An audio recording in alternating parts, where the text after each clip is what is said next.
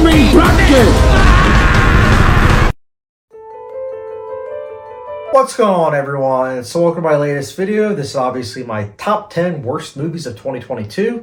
This is, of course, my personal opinion. Your list will be different from mine, and I am very curious to hear what the top 10 worst movies of 2022 are for you guys.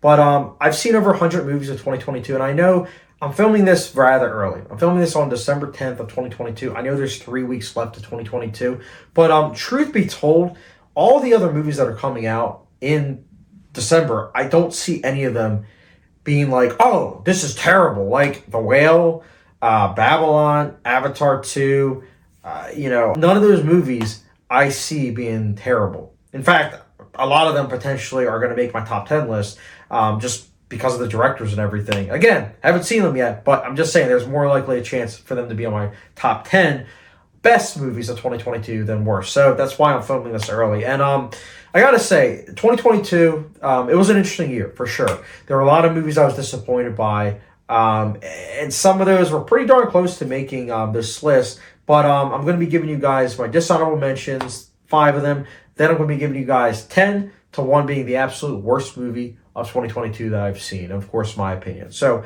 guys, enough exposition. Let's get started. So, dishonorable mentions are Uncharted, Marry Me, Memory, Where the Crawdads Sing, The Texas Chainsaw Massacre. Those are the 5 dishonorable mentions. Now, let's kick things off, guys, with number 10. So, number 10 is Robert Zemeckis' Pinocchio. So, look, I finally saw Guillermo del Toro's Pinocchio last night, and I absolutely loved that movie. But that movie also showcased even more so that Robert Zemeckis' Pinocchio was a cash grab, but also a soulless, dull, poorly made movie. I hated with a passion Robert Zemeckis' Pinocchio, but even more so after seeing Del Toro's take. Holy cow. Let me just tell you this. Zemeckis' take, this was a copy and paste hack job. I absolutely hated this movie. Also, can we talk about the visual effects like in that movie? Like, holy cow. And I absolutely love Tom Hanks, but even his performance was very much so phoned in. I don't know what happened other than Disney still thinks that if you copy and paste that you'll make money, which I guess, they care more about money than, the art of filmmaking. Who would have guessed? Anyways, that was my number 10. Next up, my number 9 is Umma. So Umma is a horror PG-13 independent movie. So I thought that I was going to dig it. And as it turns out, I didn't dig it. This movie was like 80 minutes long or something like that. And I got to say, despite being at such a short length, I felt like it was 2 hours because this movie was so poorly paced. It's so slow. And then when there's attempts at when there's attempts at horror, I should say, because some of the scenes are unintentionally funny. And usually I'm not that person when it comes to horror films where I'm like, oh, that's hilarious. Oh, it's supposed to be serious. I'm not that person, but this movie actually had cases where it was like that because the jump scares are just so outlandish. Like, it's just like, oh, okay, I guess that's happening. It's a movie that its premise also is just very much so hackneyed. Like, just watching the execution was even more so something that was just painful to watch. Maybe there's other people out there that like this movie, but for me, I didn't like it. It was one of the worst horror films I've seen of this year. That's why it's my number 9. Next up, my number 8 is Morbius.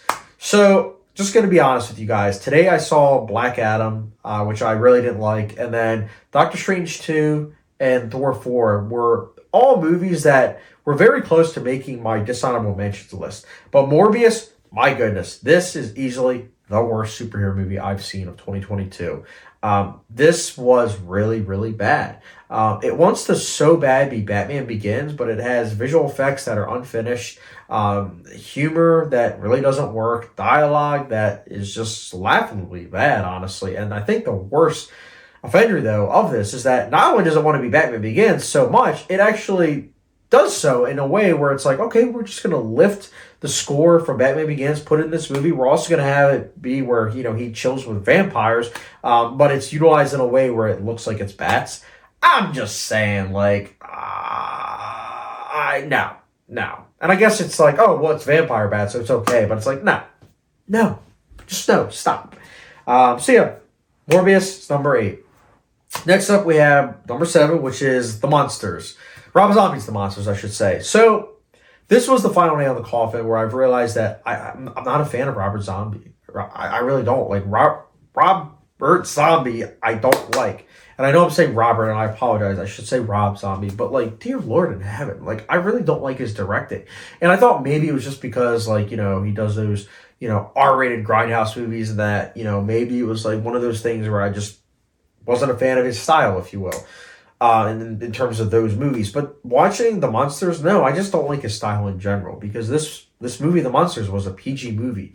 The humor just really didn't work in the slightest. I thought the cinematography was very much so, which is surprising given the fact that it kind of looks lively in some instances, but other instances it doesn't look lively. I just also wasn't a big fan of the performances. There's just a lot in this movie that doesn't work in the slightest. And despite all me saying this stuff about Rob Zombie, I'm still doing a ranking list of his movies. But I'm not a fan of his work. And it pains me to say that because I know so many people that like his work, but I feel like even Rob Zombie fans won't like The Monsters. I hope that we don't get a second one. I really do. Please, Netflix, no sequel. No sequel. Next up, my number 6 is Fantastic Beasts: The Secrets of Dumbledore. I mean Door. My apologies. I meant to say Secrets of Dumbledore. I really do apologize. No, I actually don't, actually. This third entry in the Fantastic Beasts trilogy is terrible.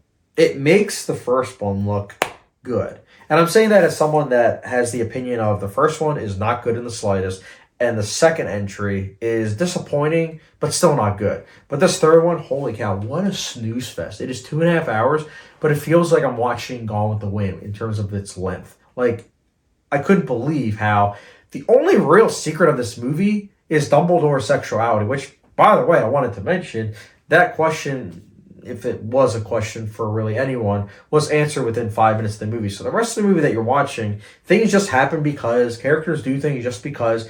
There's no rhythm to the directing. Everything just feels very lifeless. Even the visual effects are lifeless. And I don't know how that's possible given the budget of this movie, but very much so it is. Also, Mads Mikkelsen is one of my favorite actors working. I absolutely love him, especially in the TV show Hannibal. He's a great actor, character actor, if you will. But here, even with what he's given, he's not able to make it come to life. I really didn't like this movie, and that is why it's my number 6.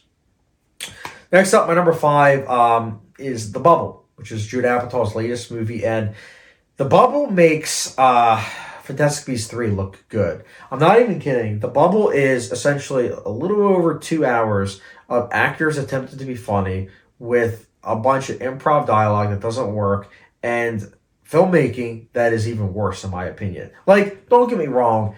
If you don't like a movie and you think the humor doesn't work, if you have the backup of good filmmaking, it's like, okay, humor just wasn't for me, but wow, it was still a good story, and, you know, it had, you know, good merits in terms of technical aspects. But The Bubble doesn't even have that. It has all of the usual tropes of Judd Apatow movies where the filmmaking is very like, but this is like an all-time low in terms of filmmaking. And on top of that, Judd Apatow really doesn't know how to cut in terms of editing. And here, it's mostly apparent. Like, this movie easily could have been like 80 minutes long.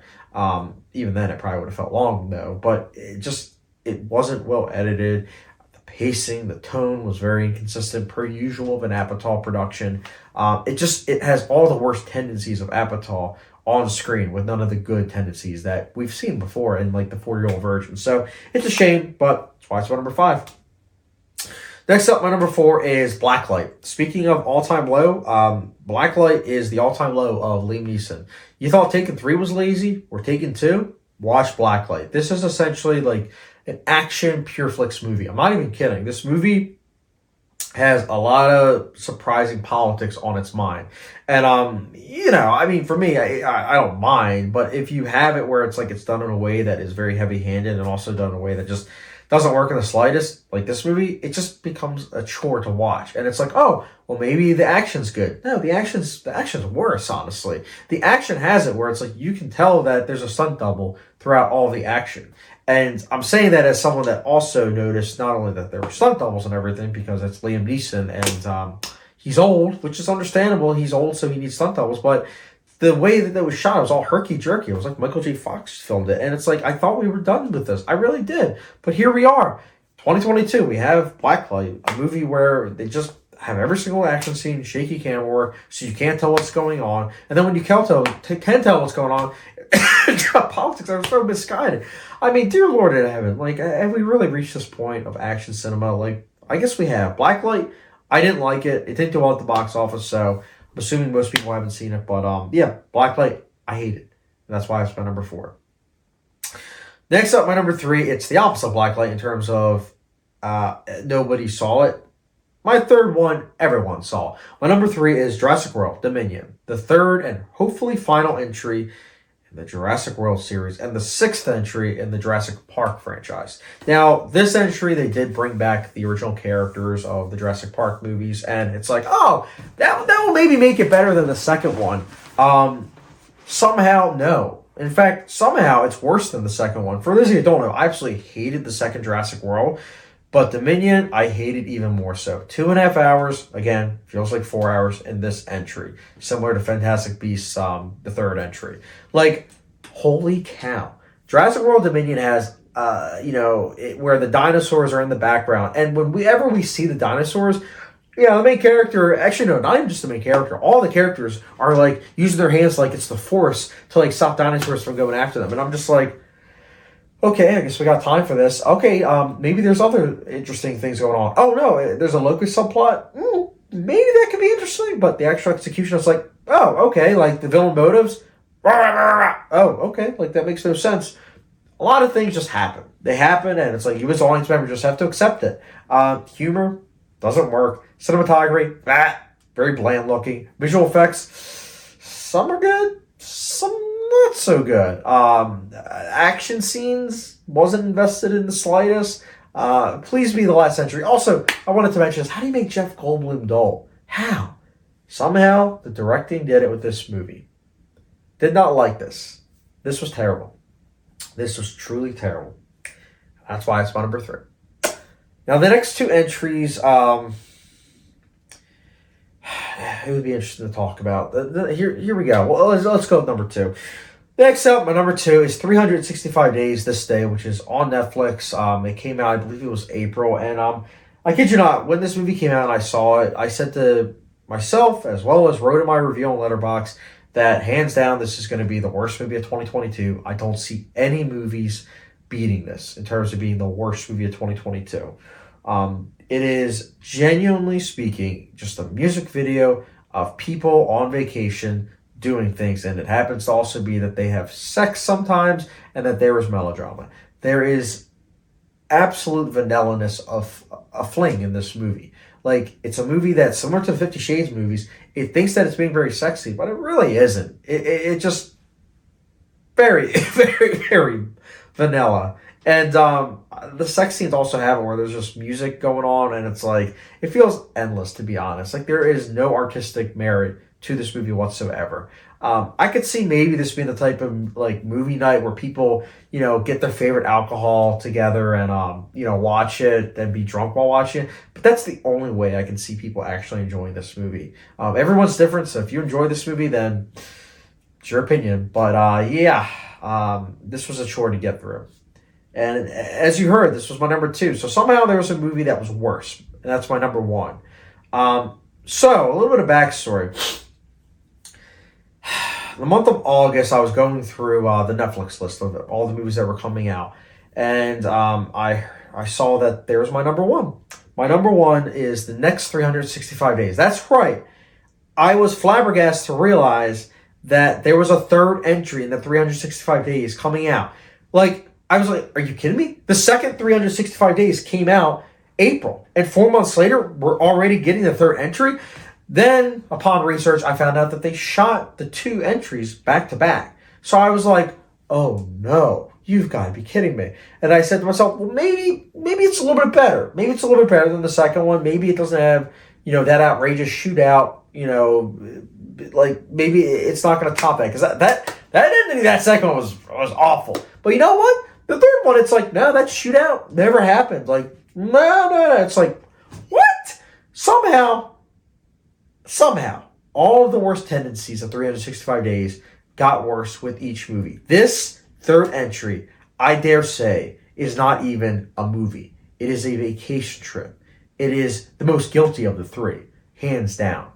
If you put a gun to my head and said, what happened at the end of the third entry, this next 365 days, I wouldn't be able to tell you. Because it just felt like people were just doing all these excursions with all this blaring, terrible music, I might add. And then at the same time, every now and then, it would be like, oh, how's your relationship with so-and-so? And it's like, it's not that good. Oh, you want my advice? No, not really. Okay, well, I'm going to give it to you anyways. And it's like, what is this, reality TV? Like, come on. Like, this movie, I'm not even kidding.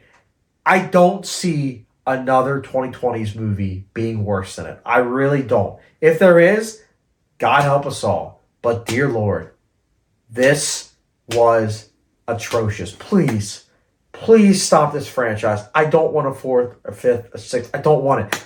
Please stop this franchise. I beg of you. Please. Anyways, guys, that is my top 10 worst movies of 2022 list. I'm very curious to hear your guys' top 10 worst of 2022 list down below. And guys, as always, thank you very much for watching. I really do appreciate you guys' support. And if you're new to the channel, hit the subscription, notification bell, follow me on Letterboxd, and I will catch you guys later.